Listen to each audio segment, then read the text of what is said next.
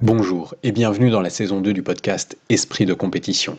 Une saison que j'ai voulu interactive. J'y réponds aux questions que vous vous posez sur votre mental, sur la compétition, sur la performance.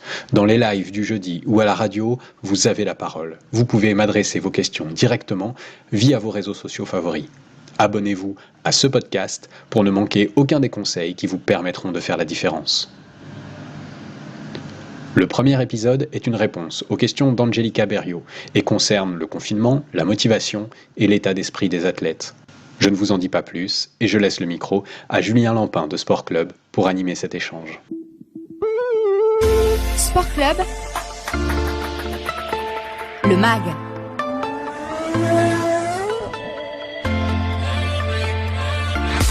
Le MAG qui se poursuit comme chaque vendredi entre 18h et 19h avec, je vous l'ai promis, la nouvelle chronique, celle qu'on reprend un petit peu. On l'avait quitté lors du dernier confinement avec notre préparateur mental, Antoine Menet, qu'on a plaisir à accueillir. Et puis une athlète qu'on a tout aussi plaisir à retrouver sur les ondes de RJR, c'est Angelica Berriot qui est avec nous par téléphone. Salut Angelica. Salut Julien, salut tout le monde. Écoute, j'espère que tu vas bien dans cette période un petit peu incertaine, sportivement pour tout le monde. Ouais, c'est clair, tout va bien pour moi, ouais, tout va bien. Bon, je crois que tu fais partie de celles et ceux qui peuvent encore s'entraîner dans cette période contrainte parce que listée ministérielle. Oui, c'est ça, je peux encore m'entraîner et heureusement d'ailleurs. Alors, bon, pour tous ceux qui se posent beaucoup de questions, tu sais qu'on a un préparateur mental, je crois que tu le connais un petit peu en plus, Antoine Menet. Est-ce que toi, Angelica, t'es le genre d'athlète qui se pose beaucoup de questions avant une compétition, dans une période incertaine comme celle-ci voilà, est-ce que t'es quelqu'un qui a le cerveau qui travaille beaucoup? Alors avant, non. Maintenant, en grandissant, c'est vrai qu'on se pose de plus en plus de questions et c'est vrai que maintenant j'attache une importance à la préparation mentale justement et je pense que c'est important de préparer le mental justement. Ouais, exactement, et c'est la raison pour laquelle on en parle dans cette émission de façon régulière avec Antoine. Tu avais une question, je pense que beaucoup d'athlètes se posent, à laquelle Antoine va se proposer de répondre, évidemment. On t'écoute. Alors oui, j'avais une question. Alors je voulais savoir comment est-ce qu'on peut gérer le fait de ne pas savoir comment va se passer la saison sportive justement face à cette crise sanitaire, ouais. Et comment ne pas lâcher du coup. Ouais, rester motivé face à l'incertitude en gros, si je résume bien. Ouais, c'est ça. Ok. Ça c'est un truc, toi qui est un peu, parce que là c'est bien les entraînements, mais en gros vous êtes des compétiteurs, donc vous avez besoin de compétition. Hein. Oui, c'est sûr, et on est dans l'incertitude, on ne sait pas comment ça va se passer, s'il va y avoir des compétitions cet hiver ou du coup oui, on est dans le doute et c'est vrai que ça peut être un frein. Ouais, effectivement, on peut le comprendre et ça c'est une question que beaucoup d'athlètes de n'importe quel niveau d'ailleurs peut se poser. Alors salut Antoine Menet. Bonjour à tous les auditeurs, les auditrices, bonjour à toi Julien. On est très heureux de t'accueillir à nouveau dans cette émission pour répondre à plein de questions. C'est vrai comme Angelica que beaucoup d'athlètes, de tout niveau d'ailleurs, se posent cette question de faire face à l'incertitude quelque part. Et oui, tout à fait. C'est une question qui est fondamentale aujourd'hui avec le confinement et qui fait partie de la carrière complète de tout sportif, mais qui en même temps là est vraiment fort puisque c'est l'incertitude personnelle, c'est l'incertitude sur les personnes qui nous entourent, c'est l'incertitude sur la compétition. Donc c'est vraiment une forte incertitude et la question de la motivation se pose clairement. Alors justement, est-ce qu'il y a des procédés mentaux, psychiques qui sont possibles là pour Angelica et pour tous les autres qui nous écoutent ? Alors je pense que avant de parler de procédé, je pense que c'est vraiment une question d'état mental. La première chose, le premier état mental, c'est de réussir à sortir de cette idée d'impuissance. C'est de réussir à switcher complètement de mode de pensée, de sortir d'un espèce de mode de pensée quelque part. Alors je vais aller peut-être un peu fort, mais de position de victime, de position de la personne qui subit ce confinement. En fait, l'idée c'est vraiment de sortir de la passivité. On se trouve dans une situation où on a l'impression, ou en tant que sportif, mais même ça peut arriver à énormément de monde, on a l'impression d'être agi par le monde. On n'est plus acteur, mais au contraire, c'est le monde qui est acteur et on subit complètement ce qui est en train de se passer. Et donc la première chose, c'est vraiment ce shift mental-là. C'est sortir de ça, sortir de la passivité, retrouver sa capacité à se dire « je suis capable d'agir, je suis capable de décider ». C'est vraiment ce qui m'est venu en tête, c'est le poème, la fin du poème Invictus. Je suis le maître de mon destin, je suis le capitaine de mon âme.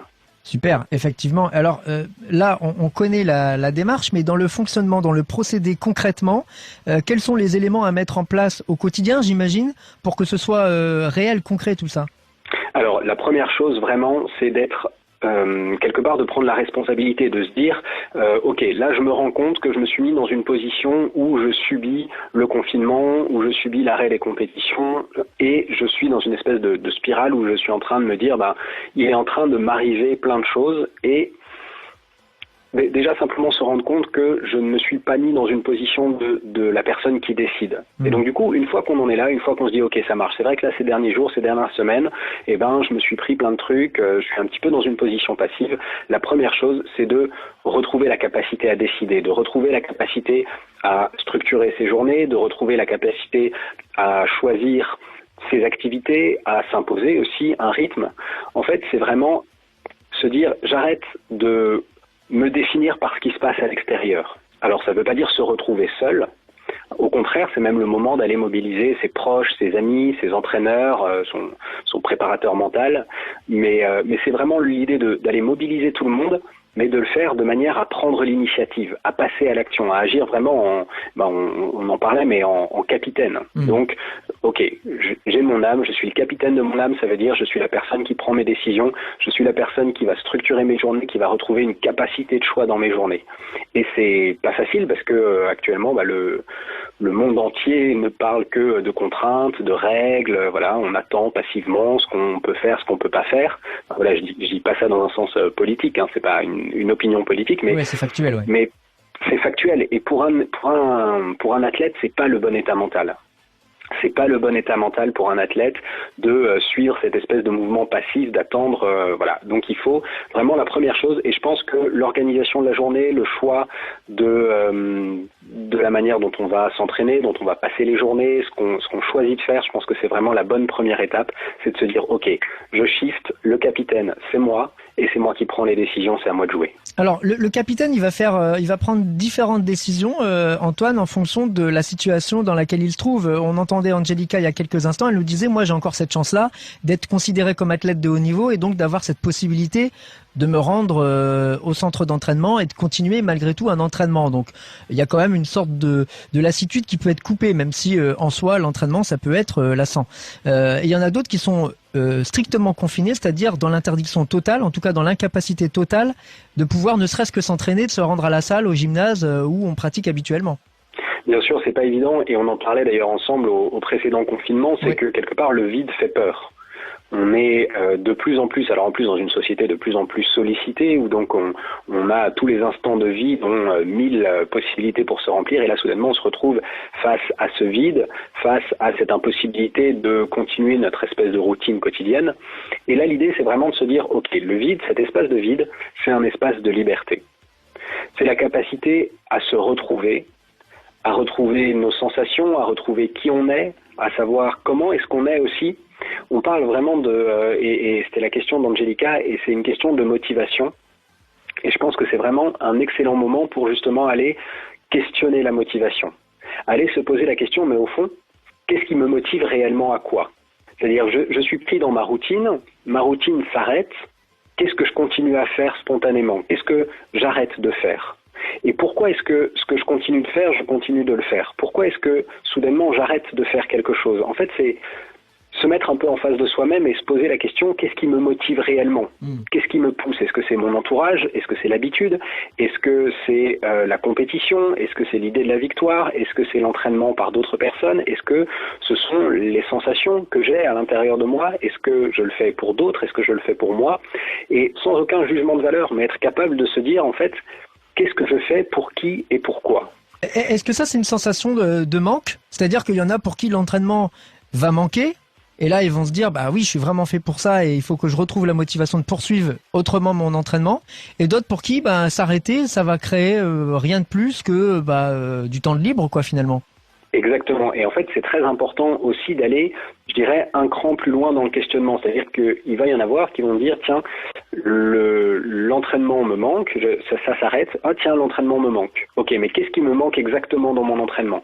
Est-ce que c'est la capacité d'échanger avec des personnes, à ce moment-là, ça, on peut le retrouver de manière différente en se faisant des entraînements collectifs via plein de plateformes qui permettent de faire des visios ou des choses comme ça. Est-ce que ce qui me manque, c'est d'avoir quelqu'un qui me dise exactement quoi faire, à quel moment, etc. Et ça peut tout à fait être le cas de se rendre compte, moi, j'ai une personnalité qui rend nécessaire le fait d'être hyper cadré, hyper drivé, etc. Et à ce moment-là, d'échanger avec son entraîneur, de lui dire, même en dehors, même sans accompagnement, j'ai besoin de ce cadre, d'être cadré. En fait, c'est vraiment cette idée-là, de se dire, ok, je ressens un manque, à quoi est-ce qu'il est dû réellement? Qu'est-ce que j'ai besoin? Et c'est ça la motivation. De quoi est-ce que j'ai besoin pour me mettre en action? Et alors cette motivation-là, cette prise de conscience finalement quelque part, de façon très générale, oui, tout à fait. Elle peut se tenir quelle que soit la durée de l'incertitude. Parce que la première vague du confinement, elle a quand même duré un peu plus de 2 mois. Là, on est dans une autre incertitude, c'est-à-dire qu'on sait même pas combien de temps ce confinement va durer, ni s'il va se durcir ou pas, ou se relâcher. La première étape, est-ce qu'elle nécessite une deuxième étape dans la réflexion? Pour le moment, la seule chose qu'on sait, c'est qu'on ne sait pas, effectivement. Et tu le soulignes très bien, c'est que le premier confinement a duré bien plus longtemps que ce qu'on pensait. Donc, cette idée-là est vraiment importante pour ne pas être tenté de se reposer simplement sur aujourd'hui, je me pose pas de questions, je reste en surface, je vivote. Et puis de toute façon, je sais que au 1er décembre ou au bout de 55 jours, si ça fait comme le premier confinement, ou au bout d'un temps X, je vais de toute façon être déconfiné et pouvoir reprendre. Ça, c'est une tentation qui est très forte de se dire, de toute façon, ça aura bien une fin. Donc, et puis je m'en sortirai, et puis ça reviendra à la normale. Mais cette tentation-là, le risque, c'est de terminer le confinement en se disant, je n'ai pas du tout profité du confinement, voire même il m'a attaqué au niveau moral, j'avais l'impression d'être dans un état un petit peu dégradé. Donc l'idée, c'est vraiment au contraire de se dire, ce que je sais, c'est que je ne sais pas. Ça peut se terminer dans 20 jours, ça peut se terminer dans 40 jours, ça peut se terminer dans 60 jours, et puis surtout, ça peut reprendre dans 3 mois, dans 6 mois, dans 9 mois, et ça pendant un temps qu'on n'arrive pas à définir. Donc c'est vraiment l'idée de se dire, là on ne se projette pas dans j'essaie de deviner l'avenir, mais vraiment de se dire maintenant, aujourd'hui, qu'est-ce qui est capable de me mettre en action? Ouais, les efforts du présent avant même de se projeter, quoi. Si oui, exactement, c'est ça. Retrouver cet ancrage-là dans le présent. Aujourd'hui, qu'est-ce qui me bouge? Qu'est-ce que je peux mettre en place pour me lancer dans cette motivation avec d'autres, pour moi, dans mon quotidien, dans mon organisation, dans mon entraînement? Et pour un sportif, on a déjà posé la question, Antoine, mais je la repose là. Un sportif, c'est souvent quelqu'un de compétiteur, qui a un certain ego, qui a une certaine fierté, qui parfois peut avoir du mal à se remettre en question aussi dans sa méthodologie. C'est facile à faire, là, ce questionnement, d'avoir cette prise de conscience finalement? C'est évidemment pas très évident, ça nécessite vraiment de s'asseoir et de se poser quelque part en face de soi-même. Évidemment, je suis un peu jugé parti, mais c'est aussi plus facile quand on est accompagné dans ce questionnement. Non, mais faut le dire, c'est vrai. Et c'est le travail d'un préparateur mental, évidemment, de réussir à questionner, de réussir à mettre ce type de mécanisme à jour. Donc c'est certain que c'est plus facile. C'est plus facile aussi quand on a un espace de manière même générale, même si c'est pas quelqu'un qui est professionnel de la préparation mentale, au moins un espace pour pouvoir échanger. Donc dans ces temps de distanciation et de non-contact, eh bien au contraire essayer d'aller retrouver du contact, retrouver la communication avec les gens avec lesquels vous vous entraînez, réussir à relancer la discussion pour pouvoir avoir des retours un petit peu, des feedbacks, essayer de mieux comprendre ce qui est en train de se passer à l'intérieur. Et quoi qu'il en soit, je pense qu'il y a un espace tout de même pour les compétiteurs, un espace de progression dans la capacité à se connaître soi-même et à avoir pris justement les commandes de son propre navire.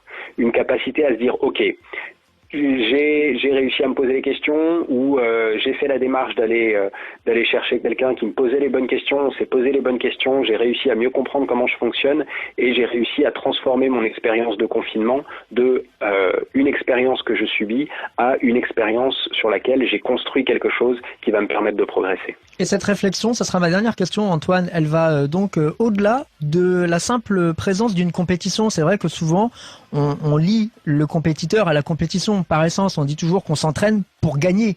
Là, finalement, tu vas pas jusque-là, tu vas vraiment sur le soi, quoi. Vraiment, pourquoi je fais ça, finalement? Pourquoi je fais des efforts tous les jours, au-delà de la compétition, donc? C'est ça, effectivement, on a finalement très peu parlé de compétition dans cette discussion. Je pense qu'aujourd'hui, il y a un athlète accompli est un athlète qui est entièrement accompli, c'est-à-dire un athlète qui va apprendre à prendre soin de qui il est fondamentalement, qui il est en tant qu'athlète, qui elle est en tant que sportive, qui il est en tant que sportif, mais surtout en tant que personne, en tant qu'individu, et dans sa capacité effectivement à briller en compétition, à dépasser ses adversaires, mais aussi et avant tout à se dépasser soi-même, à aller chercher son propre challenge et à considérer les choses qui lui arrivent comme une capacité à montrer toute l'étendue de ses compétences. Bah voilà, j'espère qu'on aura répondu à la question d'Angelica. C'est difficile de tout dire là en quelques minutes dans cette chronique, Antoine. Mais voilà, c'est des premiers éléments. Donc si je comprends bien, la première étape, là vraiment la toute première étape, c'est d'aller chercher une prise de conscience, se poser la bonne question. Pourquoi je fais ça? Pourquoi je fais ça habituellement? Exactement. Et je glisserai ça, je pense, à titre de conclusion, mais vraiment réussir à réidentifier les choses qui nous font du bien, les choses qui, en tant qu'athlète, en tant que personne, nous font du bien. C'est-à-dire ce pourquoi on a vraiment commencé, là où la joie de pratiquer se trouve réellement. Et retrouver ça, je pense que c'est une opportunité fantastique à exploiter dans ce confinement. Eh ben vous savez quoi, tous là, Angelica et toi, Antoine, moi mon épanouissement il est là, derrière ce micro, à parler et essayer de trouver ensemble des solutions pour tous ceux qui en cherchent. C'est un vrai plaisir et un vrai épanouissement personnel pour le coup, hein.